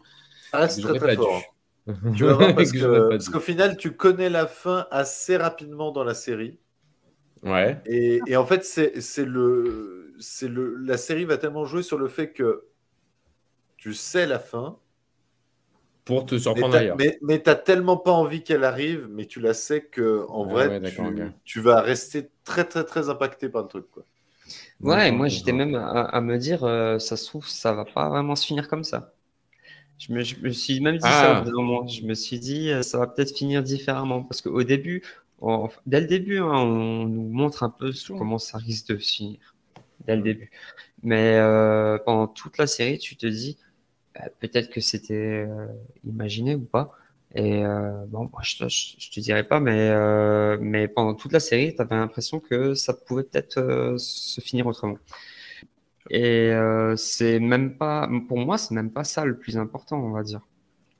En fait, c'est tout le trajet qu'ils font Le chemin, qui fait que ce film, cette série ce film coupé en 10 épisodes est juste énorme, quoi. C'est ça les westerns. De toute façon, les vrais westerns ne finissent en général pas bien. pas faux. C'est rare les bons westerns, enfin, c'est rare même les westerns tout court où c'est un happy end à la fin. Hein, Bah, je même l'ai le pas vu. contemporain, hein, mine de rien, parce que même les westerns contemporains qui existent aujourd'hui, ça se finit rarement bien. Enfin, pour prendre un exemple d'une série, en tout cas, qui est pour moi le plus beau symbole du western moderne, en dehors de ce que fait Sheridan, c'est Justified avec Timothy Olyphant. Et finalement, à la fin, ça se finit pas super bien non plus. Et on garde la morale finalement d'un western où les gentils ne gagnent pas forcément et que le mal reste là et reste ancré. Et globalement, je pense que c'est un peu la morale aussi que veut donner Sheridan, la morale du western. Je pense que en fait, c'est quelqu'un qui a été biberonné au western depuis toute sa vie. Concrètement, c'est ça. Et la nuance qu'il donne à ses personnages en faisant des personnages à moitié méchants, à moitié gentils, mais auxquels tu peux t'attacher, qui font des actions répréhensibles, mais qui font aussi des actions bien. Enfin, en tout cas, dans la narration de la série, etc. et tout, du film. Par rapport au Je pense que contexte, justement, son oui. travail, ouais, exactement. Et du coup, c'est pour ça que c'est quelqu'un qui critique à la fois le système, etc. Il le fait dans d'autres de ses séries, beaucoup plus que je pense dans Yellowstone et ses spin-offs. Mais en tout cas, moi, de ce que je ressens, parce que ces deux autres séries, je trouve qu'elles critiquent beaucoup plus le système américain que 1923, par exemple. Mais on sent que c'est quelqu'un qui est amoureux des gens en eux-mêmes et qu'ils aient fait des conneries dans leur vie ou pas, il les aimera toujours autant. Et il veut montrer les fêlures des gens et le fait que des gens soient capables de faire des conneries pour se sauver eux-mêmes, finalement. Parce que je pense que Pire comme n'importe du quel être meilleur. humain... Non, mais parce que je pense que n'importe quel être humain, on le met face à un dilemme, il doit sauver sa vie, il serait capable de tuer quelqu'un, il serait capable de voler une banque, il serait capable en gros, d'enculer le système, quoi, concrètement. Enfin, c'est concrètement ce qu'il veut dire. C'est-à-dire que le système aujourd'hui, pour lui, il est très mal fait par rapport à l'évolution de l'être humain, et c'est ce qui se ressent dans beaucoup de ses créations, et que ce soit au cinéma ou en série. Dans tout, ouais. Il critique beaucoup la façon dont les États-Unis gèrent les États-Unis, en gros. Il rêve pas forcément non plus d'un système étranger, mais en tout cas, il montre, lui, ce avec quoi il est en désaccord au travers de ses héros. Et je pense que c'est aussi ce qui séduit finalement les gros noms qu'il arrive à faire venir, parce que faire venir Jeremy Renner dans une série, je pense que c'est quand même, en sachant qu'il a la popularité d'Avengers, faire venir Kevin Costner, qui n'a plus rien à prouver au cinéma, etc., le faire venir dans une série, alors que le mec, il a dû faire 2-3 épisodes d'une série dans les années 80. Faire venir Sylvester Stallone, qui avait commencé par le monde de la série, et qui aujourd'hui est quelqu'un qui va au feeling, en fait, concrètement, vers les rôles qu'il a envie. Matthew McConaughey, je pense que le mec qui a gagné quand même un Oscar pour Dallas Buyers Club, je pense qu'il n'a plus rien à prouver finalement non plus. Mais par contre, c'est quelqu'un qui sait incarner tout et n'importe quoi. Et je pense qu'il l'aura réellement pour une série. Si le nom a été annoncé, c'est que c'est une rumeur pour voir un peu comment les gens réagissent. Mais concrètement, le nom est là. Tout à l'heure qu'il allait y avoir Dennis Quaid dans une série spin-off de 1983, etc. Enfin, concrètement, Dennis Quaid, c'est pareil. Ça a été une star des années 90, début 2000. Aujourd'hui, il est plus grand-chose, mais même s'il est plus grand-chose, ça reste quand même quelqu'un de très connu, en fait, aux États-Unis surtout, et qui a fait notamment aussi des choses dans le monde du western. Et en fait, du coup, je pense que ces rôles-là, un peu borderline, finalement, ça attire. Et même Harrison Ford, faire venir Harrison Ford dans une série, même si lui aussi, Harrison Ford a commencé dans le monde des séries, dans les années 60 ou 70, je ne sais plus. C'est pareil, le faire revenir à son âge aujourd'hui, il n'a plus rien à prouver. En gros, le mec, il accepte Indiana Jones 5. Concrètement, c'est presque pour cachetonner. Là, il vient faire une série avec un vrai scénario, avec une vraie histoire et avec un vrai rôle. Et on sent d'ailleurs, finalement, c'est vrai que ce que tu disais, au fil des épisodes, on le sent en meilleure santé à la fin de la saison qu'au début. Et je pense que, en fait, le rôle qu'il incarne, je pense que c'est vraiment presque une sorte de rôle de sa vie. Je ne sais pas comment le décrire, mais je pense qu'il s'est tellement pris au jeu et qu'il a vraiment kiffé, et que du coup, c'est pour ça qu'il est beaucoup plus en forme à la fin qu'il ne l'était au début. Et... on pourrait... Ouais, vas-y. Non, mais vas-y. Juste pour dire, tu vois, pour Ford, c'est vrai que peut-être aussi, on pourrait y voir une métaphore de voir Ford comme Sheridan, de se battre, pas forcément dire que c'était mieux avant, mais par rapport à tout ce qui a été énuméré ici, de dire, donc voilà, on dénonce certaines choses qui sont du coup ancrées depuis des années, des siècles, qui devraient changer, et en même temps, il y a des choses d'aujourd'hui qui devraient changer aussi. Et Ford, je trouve, représente aussi ce milieu. Je suis l'ancienne Hollywood, mais en même temps, je ne sais pas si vous me comprenez. Mais c'est ce qu'on voit dans Mayor of Kingstown, par exemple, sa série sur le milieu carcéral américain. Ouais. Il y a un gros rapport aussi, d'ailleurs, à la race, encore une fois, d'ailleurs, aux gangs, etc., aux criminels. Et la façon dont le système américain est tellement pourri, enfin, le système judiciaire américain est tellement pourri et corrompu que, en fait, tout ce que tu vois, c'est dans cette série, c'est vraiment la corruption à son plus grand paroxysme. Et surtout la saison 2 que je trouve du coup naze, parce que du coup, il a trop appuyé là-dessus. C'est un peu comme Sicario 2, la saison 2. On appuie un peu plus sur le truc pour faire encore plus violent, plus... Et en fait, c'est pas aussi bien. Mais en tout cas, la première saison, ça dénonce vachement... parce que son personnage est moins présent après. Hein.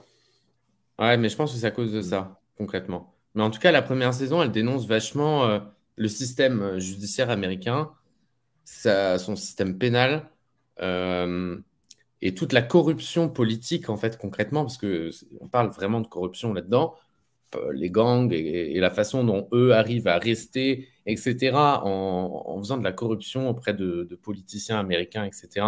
Faire gonfler les cellules, tout ça. Ouais, exactement, pour faire en sorte que des groupuscules finissent en prison et pas eux, dénoncer d'autres, etc. Enfin, en tout cas, il se passe plein de choses dans la première saison, mais qui sont beaucoup plus intelligentes, et on sent que vraiment, lui, il a vraiment travaillé là-dessus pour dénoncer tout ça, en fait, tout ce qui se passe, alors que la saison 2 est trop violente, je trouve, parce que je l'ai terminée hier. D'accord. Pas vu encore, moi.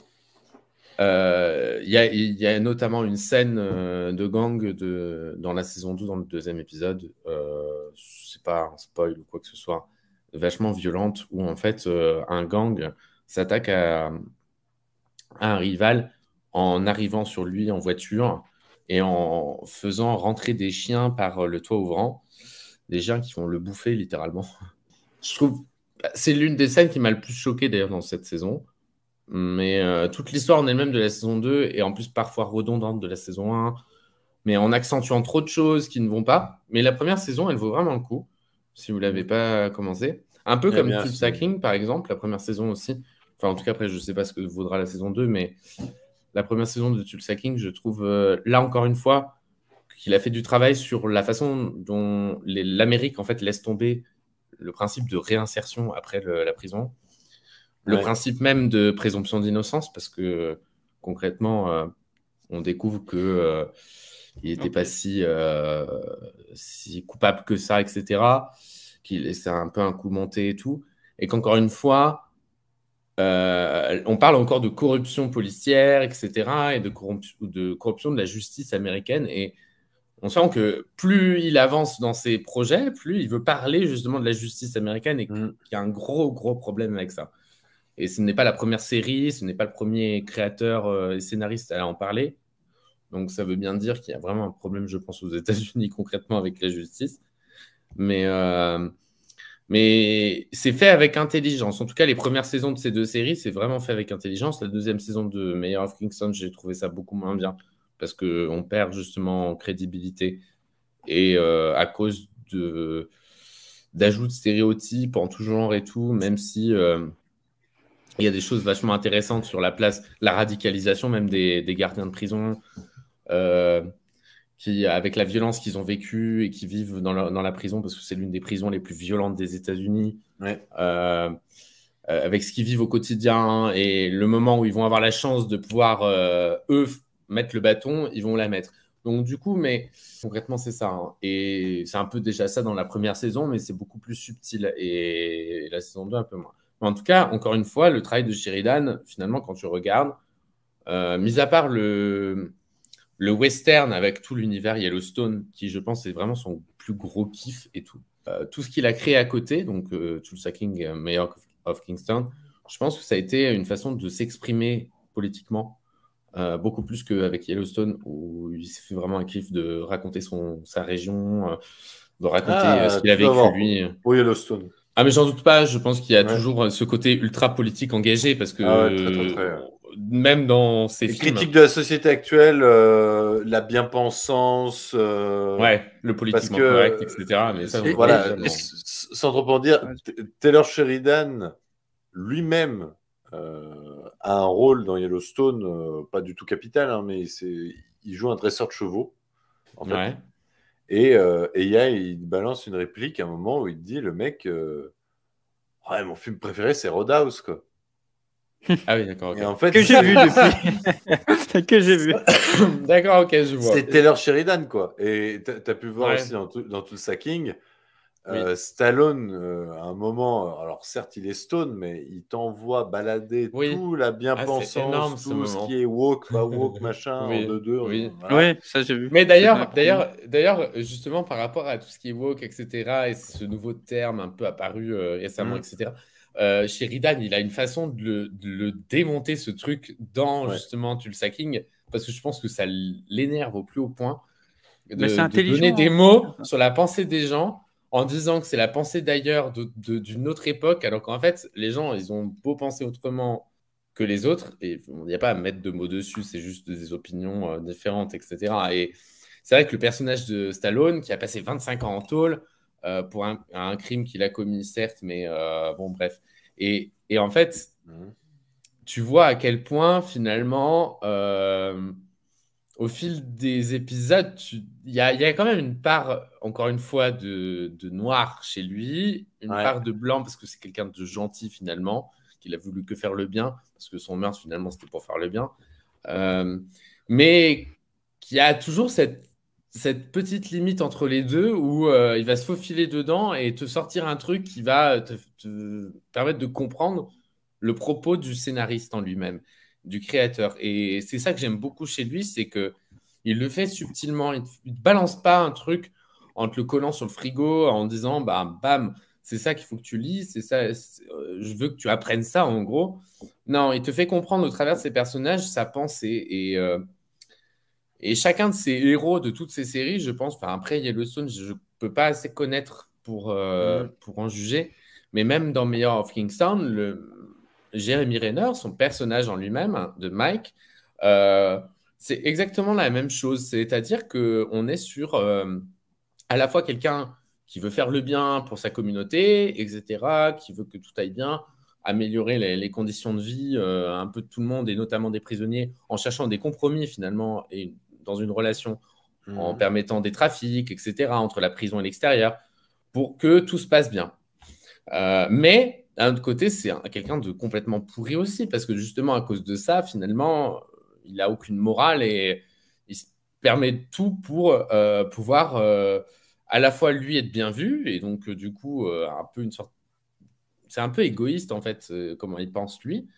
Et puis pour protéger la meuf qui veut protéger du leader de gang qui se fait arrêter dans la saison 1 et qui est fini en prison. Donc du coup, et qui va être responsable de l'émeute à la fin de la saison 1, etc. Mais donc du coup, c'est ça que j'aime bien chez lui, c'est qu'il ne crée pas des personnages pour créer des personnages. Tout le monde a un but précis. Et en plus de ça, ça permet souvent de critiquer une certaine strate de la société qui ne lui plaît pas, mais qui, au fond, je pense, ne plaît pas à beaucoup d'Américains.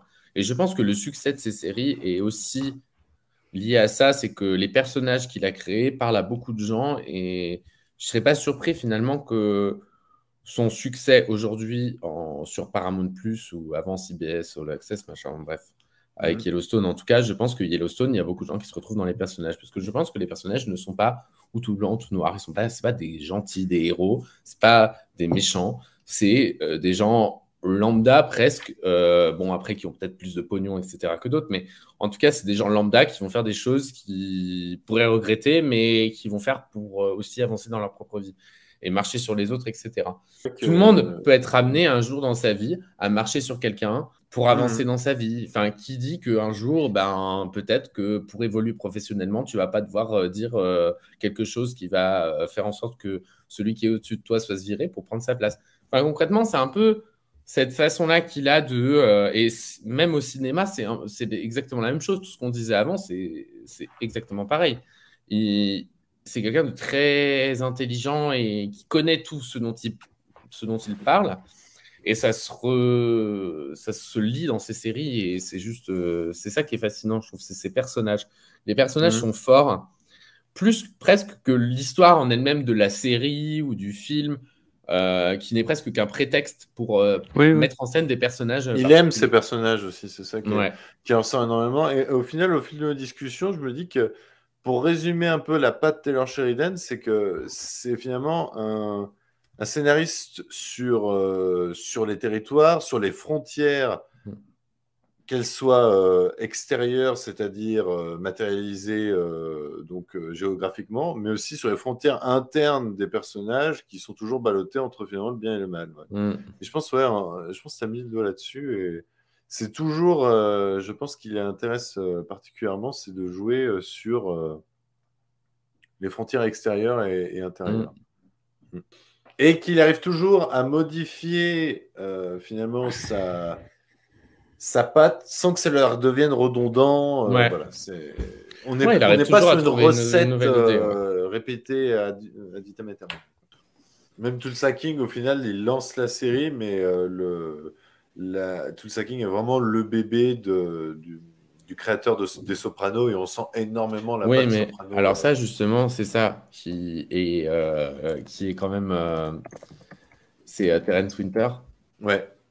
Et en fait, c'est ça qui est bien, justement, dans Tulsa King, je pense. C'est pour ça aussi, peut-être que j'ai beaucoup aimé, parce que j'ai adoré la série qu'il avait faite pour HBO il y a quelques années, qui s'appelait Boardwalk Empire, et qu'il était le showrunner de la série. Et du coup, je comprends mieux pourquoi, en fait, finalement, c'est un peu différent des autres. Pourquoi les jeux de mafieux sont vachement bien écrits dans la série, notamment avec toute la mafia à New York, toute la partie mafieuse à New York dans Tulsa King, qui je trouve est vraiment magnifique dans la série, parce qu'il y a vraiment des personnages qui sont forts et toute une histoire qui reste certes adjacente au reste, c'est-à-dire l'installation du personnage à Tulsa, mais qui tout de suite implique beaucoup de choses et c'est juste fascinant. Et du coup, je comprends mieux pourquoi. C'est vrai que j'avais complètement zappé que Terence Winter était dedans.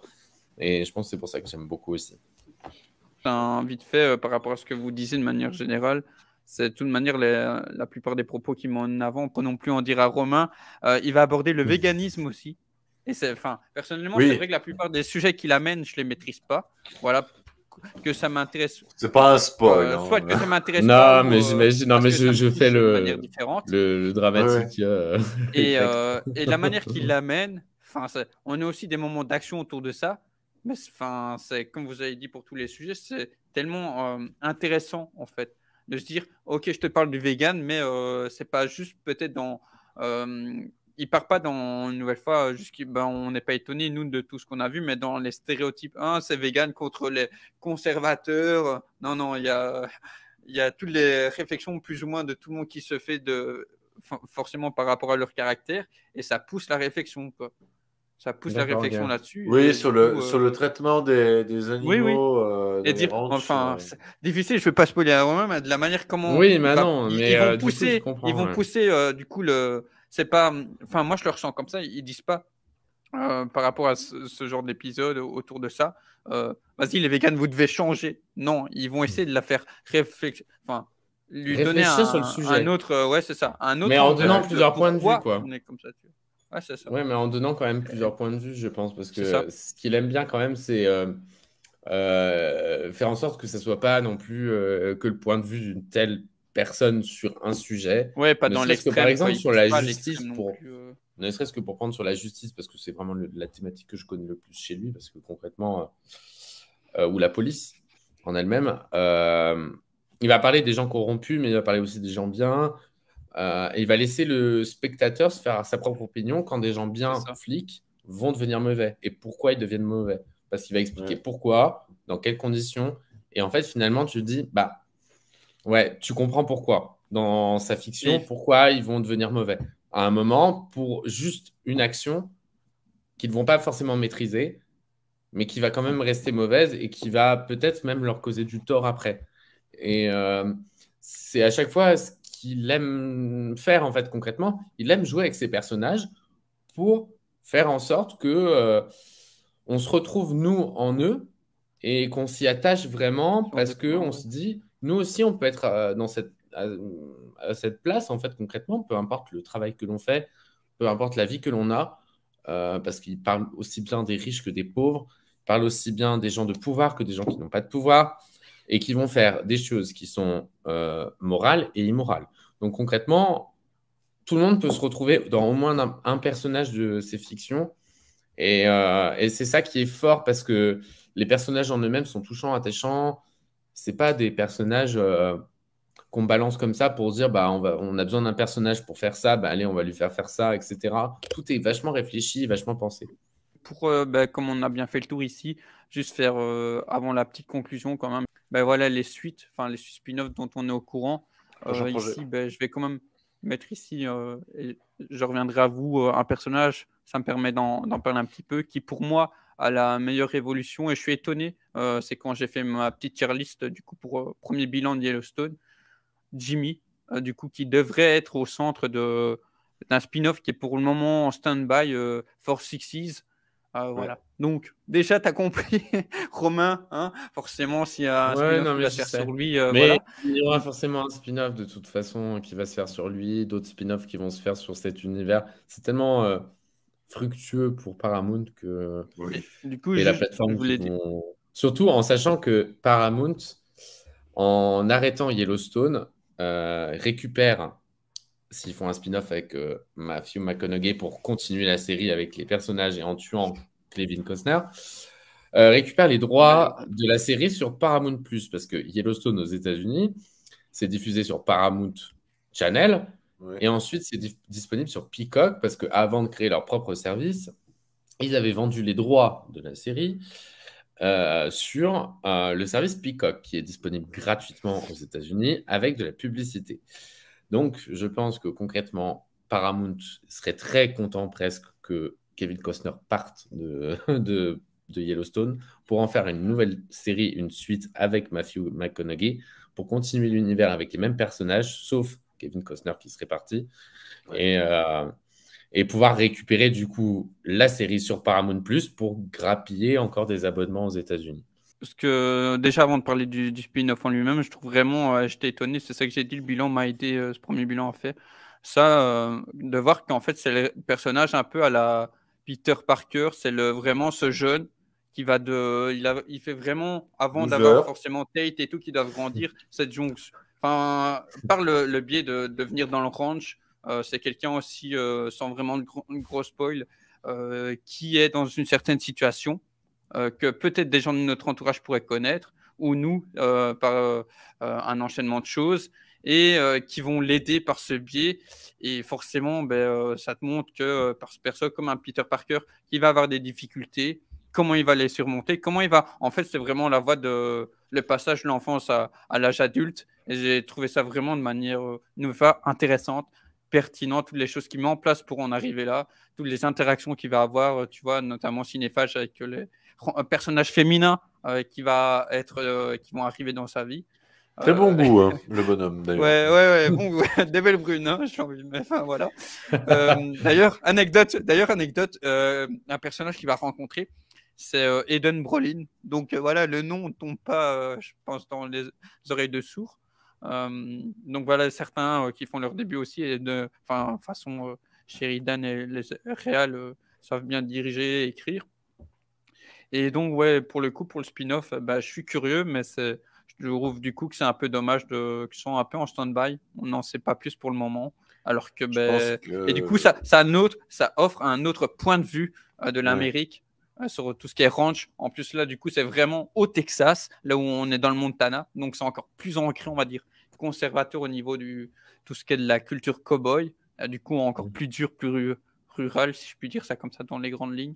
Donc voilà, je ne sais pas, vous deux déjà, mais surtout toi, cinéphage, si tu attendrais un petit peu pour ce mot For Sixes. Pour l'instant, la série ne vend pas trop ce spin-off-là parce qu'on continue à voir Jimmy. Donc, je pense que c'est pour ça qu'ils ont mis l'idée de spin-off de côté. C'est que pour l'instant, il est toujours dans la série principale. Donc, en vrai, voilà quoi. Mais For Sixes, je pense ce spin-off, il y aura lieu. D'ailleurs, Sheridan a acheté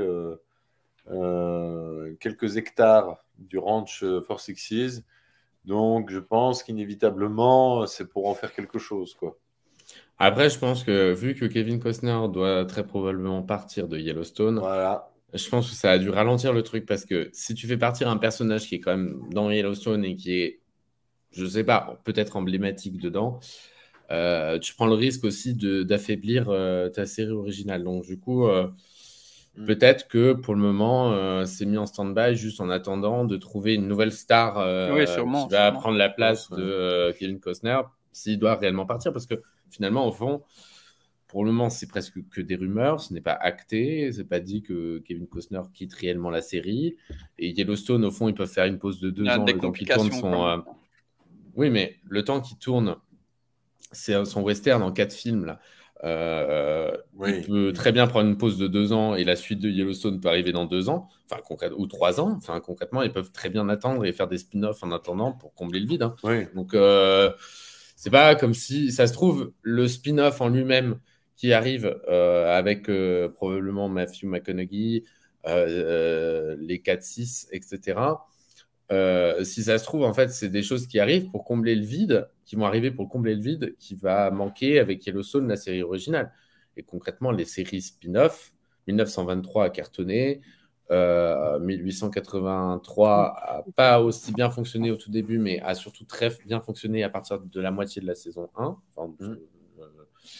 de la mini-série. Donc, du coup, je pense que concrètement, Paramount peut survivre sans Kevin Costner avec des spin-offs et avec des séries qui n'ont rien à voir avec Yellowstone en elle-même sans tuer le personnage de Kevin Costner. Moi, après, le problème là de ce... Après, je pense pas que c'est la première fiction pour qui ça arrive, mais c'est vrai que du coup, quand tu... Spoilers, t'as des enfants, hein, voilà, on va mettre les barres sur l'été, forcément, ils restent pas petits, Donc déjà, quand tu passes un épisode à l'autre, tu fais bon, ok. Et là, d'avoir un trou de combien de temps, en fait, ils vont devoir justifier tout ça. Donc ouais, après, je sais que Et bah justement, ils peuvent très tu bien peux pas mettre faire la un charrue avant les... spin-off. Non, mais ils peuvent très bien faire des spin-offs sur ses enfants, qu'on va continuer à Oui, suivre, à voir, hein. etc. Et lui, on va le Je reste retrouver ouvert. plus tard. Non, mais concrètement, je pense que c'est ça. Et T'as pas le choix. c'est la meilleure façon, en tout cas, de faire patienter les gens. Ou alors, tu continues Yellowstone, tu tues Kevin Costner, et puis voilà. Mais Déjà, Et puis tu dis Matthew McConaughey, c'est son cousin éloigné, tout ça. Ouais. déjà non, Kevin mais moi, je Costner. pense qu'il va y avoir. En fait, je pense que ça va être un spin-off, en fait, l'histoire de Matthew Ouais, McConaughey. Yellowstone ne va pas s'arrêter. Je pense que Paramount va être patiente avec son tournage de western. Je pense après, ils savent que c'est son kiff. Kevin Ouais. Costner, il voulait faire ça, etc. Concrètement, je pense qu'il y a des négociations pour le libérer un certain nombre de temps, etc., une certaine période. Et avec Sheridan, sûrement, il doit y avoir des discussions pour savoir qu'est-ce qu'on va faire en attendant, pour que les gens ne perdent pas la série et ne l'oublient pas, parce que concrètement, tu peux oublier une série facilement en 3 ans si tu dois t'arrêter 3 ans. Donc, du coup, pour continuer l'univers, etc. Et c'est possible qu'à la rentrée, il y ait une série qui s'appelle Yellowstone, un truc, pour garder le nom Yellowstone, pour garder la marque. Et que les futurs spin-offs s'appellent tous Yellowstone, avec un truc et un sous-titre derrière. Mais déjà, excuse-moi de couper pour suivre. Juste, je voulais. Je fais vite la partie comme tu dis ça, mais suivre, c'est noté pour le titre anglais Yellowstone, suivre Story, un truc comme ça, je crois. Juste Cinéphage. Bass Reeves, Yellowstone Ouais, Story. voilà, ok. Mais c'est comme le fait toi, qu'ils aient commandé une saison 2 de 1923. Je pense qu'ils ne l'auraient jamais commandé de base, mais que là, ils vont avoir du contenu à compléter sur cet univers et qu'ils vont être obligés. Et que Là, clairement, n'est l'histoire n'est pas terminée, quoi. Là, franchement, pour le coup, c'est même pas. On peut développer les détails, c'est que l'histoire n'est pas terminée. Là, faut la saison. Mais j'ai pas encore vu le dernier. Mais Cinéphage, toi, juste le cas de Jimmy, qu'est-ce que tu avais pensé de ce personnage et la partie Force X? C'est celui, sans spoiler, c'est celui qui a quand même l'évolution la plus flagrante, quoi. Ouais. Donc, parce que voilà, je crois qu'on le voit à partir de l'épisode 2 de la saison 1. Il commence vraiment petit loser. Limite il gravit vraiment mais... tous les échelons, lui. Non, mais c'est qu'au début, tu te dis, mais mec, tu vas rien faire de ta vie, quoi. et au final, voilà, quoi. Acteur, à voir s'il a les épaules pour tenir une série à lui tout seul. Il commence à se faire connaître légèrement. J'ai vu qu'il va jouer dans le prochain. Hellboy. Oui, enfin, j'allais dire le prochain. Et encore, c'est un petit rôle qu'il va avoir, mais oui. Ouais. Mais c'est le prochain reboot d'Hellboy, quoi. Voilà. Le reboot ça. de Hellboy. Mais bon, à voir s'il se fait connaître un petit peu. Je sais qu'apparemment, aux États-Unis, pour les fans de la série aux États-Unis, la communauté, il est assez apprécié. Hein. Après, c'est le Texas en plus. Hein. On te parle de hey, regarde, Force X6. Au Texas, on est des vrais cowboys. Hey, regarde. C'est vrai. Non, mais c'est vrai, il faut le dire. Donc, même ça, ils en rejouent dans la série, ils en rejouent, tu vois. Et quand il y a Trevor qui arrive, forcément, c'est génial, quoi. Donc, voilà. Et d'ailleurs, celle qui fait un peu la partie de la transition, on va dire, qui amène petit à petit ça, c'est Tiller, qui est jouée par Jen Landon. Donc, là aussi, tout se rejoint. Donc, fille de Charles Landon, Charles Ingalls, tout ça. Donc, du coup, je n'avais même pas remarqué que c'était la fille de l'acteur Charles Ingalls. Physiquement, j'aurais pas dit, mais tu vois, en fouillant, j'ai vu Landon, puis je clique, je fais non, sérieux, allez. Alors là, et qui joue dans une autre série, mais qui joue dans, je crois que c'est moins connu, FBI Most Wanted, je crois, qui doit faire des apparitions dans cette série. Donc voilà. Et du coup, tu disais donc un spin-off de 1923, je crois, de 1883, avec Bass Reeves, qui est donc porté et qui aide à la production avec sa société de production aussi, David Oyelowo, qui jouera donc en gros, c'est le premier US Marshal noir qui tient un record. C'est une histoire vraie qui tient un record d'arrestation folle en étant l'un des US Marshals les moins blessés Ils disent même qu'il a rarement été blessé lors de ses arrestations. Enfin, c'est un truc de ouf. On peut voir déjà, il y a plusieurs versions qui ont été faites au cinéma et en série, mais la dernière qu'on peut voir de ce personnage, c'est dans The Harder They Fall, qui est sur Netflix, où du coup le casting est principalement afro. Et ils sont tous très bons. C'est avec Idris Elba, Zazie Beetz et bien d'autres, notamment Jonathan Majors aussi, qui fait l'antagoniste, si je ne dis pas de bêtises. Donc voilà, je ne sais pas si qu'est-ce que vous en pensez. Est-ce que vous êtes curieux ou pas de ce spin-off? Et Gareth Edlund. Gareth Edlund rejoint la série. J'ai vu il y a peu aussi. Donc je suis très content. Oui, mais voilà quoi. Attends de voir les premières images, mais il n'y a pas besoin d'un spin-off. Clairement, c'était pas primordial. À un moment, c'est un peu compliqué de juger sur un casting, etc. Moi, j'aime bien voir comme une peinture, tu vois. On va t'expliquer la peinture, mais tu la vois pas. Oui, ok. Les images parlent un peu plus. Après, la bande-annonce, on peut lui faire dire ce qu'on veut, mais concrètement, il y a quand même quelque chose, quoi. Ok. Et juste pour le dernier, voilà, je fais la boucle de tout ce qu'on a fait de la soirée en termes de production Sheridan. Là, c'est du coup, merci à Cinéphage d'avoir rappelé. Donc, ça s'appelle Ionis. C'est une série qui s'orienterait thriller espionnage, qui serait centrée sur une marine qui est chargée de se lier d'amitié avec la fille d'un terroriste recherché par le CIA, et ce serait porté par Zoé Saldana.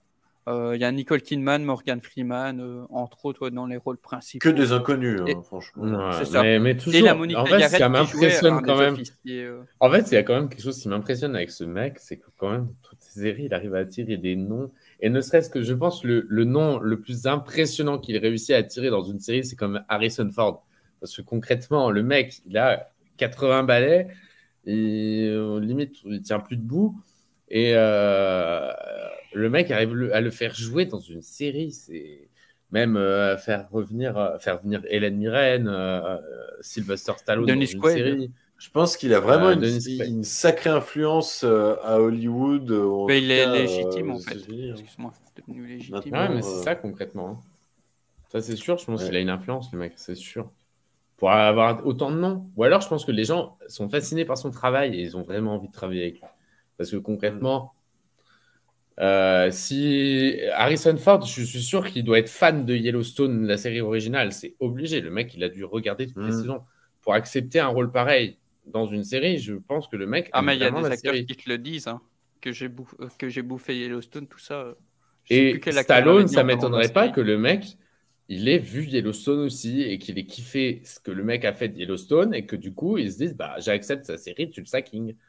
Et en fait, je pense que c'est à chaque fois ça. Et Jeremy Renner, il l'a eu parce qu'il l'a eu sur Wind River, mais concrètement, et que ça a dû tellement bien se passer qu'ils ont dû avoir un feeling de fou. Et du coup, c'est pour ça qu'il lui a dit, écoute, moi, je te fais ta série. Mais sinon, les noms qu'il a, c'est juste impressionnant. Même Matthew McConaughey, le mec, il a quand même plus rien à prouver. Il va tourner avec les plus grands réalisateurs. On me dit, va faire une série dans un ranch aux États-Unis.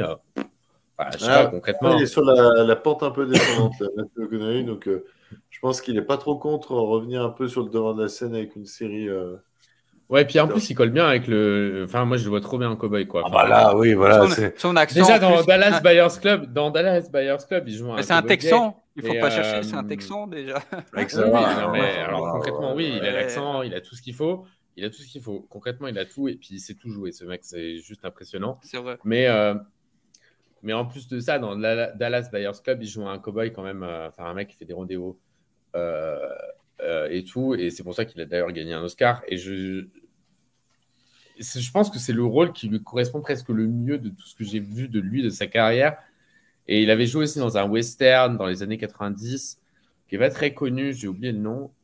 Pareil, et ça lui colle tellement à la peau, je trouve que ça ne m'étonne même pas qu'il accepte en tout cas un rôle pareil. Donc, on va le retrouver très probablement, peut-être pas à la rentrée, mais peut-être en janvier prochain, sur une série de Sheridan dérivée de l'univers Yellowstone. Mais en tout cas, c'est juste impressionnant qu'il arrive à attirer autant de noms de fous comme ça, quoi. Qui sera le prochain, quoi? Parce que tu te dis, mais quand même... le mec, qui va apprendre? Est-ce qu'il va faire une série avec Schwarzenegger? est-ce qu'il va faire une série avec. Il y en a qui ont des fantasmes en se disant, mais si le personnage de Stallone débarquait dans Yellowstone, je dis, mais Kevin Costner face à Stallone, mais là, moi, je peux pas dire, mais concrètement, de ce que j'ai vu de Tulsa King, j'imagine que ça devrait être quand même gratiné. Ah ouais. Votre résumé. Moi, j'attends qu'ils me surprennent toujours.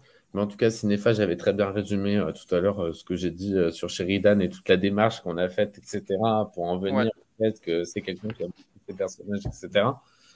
J'ai rien d'autre à dire de plus. C'est quelqu'un qui travaille beaucoup, qui s'informe beaucoup et qui raconte quelque chose en sachant ce dont il parle. Pas quelqu'un qui va... comme beaucoup qui font des séries policières et qui ne savent pas ce que c'est le milieu policier. Du coup, il y a tellement d'incohérences que c'est complètement naze, quoi. Et justement, lui, il fait un travail de recherche, de documentation, parce que c'est pas quelqu'un qui a été policier, c'est pas quelqu'un qui a été cow-boy, même s'il a vécu au milieu de cow-boy. C'est pas quelqu'un qui a été maire, c'est pas quelqu'un qui a été mafieux, c'est pas quelqu'un, enfin, en tout cas, qui a été journaliste non plus. Donc, du coup, c'est quelqu'un qui prend la démarche de s'informer et de comprendre le monde dans lequel il vit pour le raconter. Et c'est ça qui fait la force de tout son univers. Voilà ce que j'avais à dire. Que dire plus? Moi, franchement, j'ai envie de conseiller aux gens de bouffer du Sheridan. Matin, midi et soir, ça fait toujours du bien. Et que... Voilà, pour l'instant, le bonhomme ne m'a jamais trop déçu. Non, mais... La minute Sheridan, c'est pour toi. Le bonhomme ne m'a jamais trop déçu et que, franchement, je suis avec intérêt toujours ses productions, ses scénarios. Et que, voilà, on va dire, l'avenir semble très glorieux pour lui. Et je pense qu'il faut retenir son nom et j'espère qu'un jour en France il sera retenu à sa juste valeur. Ouais, j'espère aussi. Ouais. Même en Belgique. Après, je pense qu'avec Paramount Plus qui a débarqué en France, je pense que ce sera un peu plus simple de faire émerger ces séries ici en France. Ouais. Merci à vous d'avoir été là pour avoir pu en parler aussi longtemps. Merci aux derniers viewers du coup qui arrivent. Donc n'hésitez pas, si vous avez le courage, de rattraper ces 3 heures. Et comme vous avez dit, je souhaite aussi une belle continuation pour Sheridan, de beaux jours et très curieux de voir les nouveaux noms qui seront dans ses prochaines productions, sur quoi il va partir, comment Yellowstone, tout ça va se modeler. Vraiment, je reste curieux très positivement. Et vraiment, comme je dis, c'est une leçon pour moi à tous les niveaux, quoi. C'est des séries que je vais revoir, surtout Yellowstone, d'ici quelques temps. Très content d'être tombé sur ce bonhomme. Écoutez, voilà, la bise à tous. J'espère qu'on se retrouvera une fois prochaine sur la chaîne afin peut-être de reparler de cet univers ou bien d'autres choses. On vous fait la bise, portez-vous bien. Et comme Cinéphage l'a dit, mangez du Sheridan matin, midi, jour et soir. Voilà. Ciao. La bonne nuit.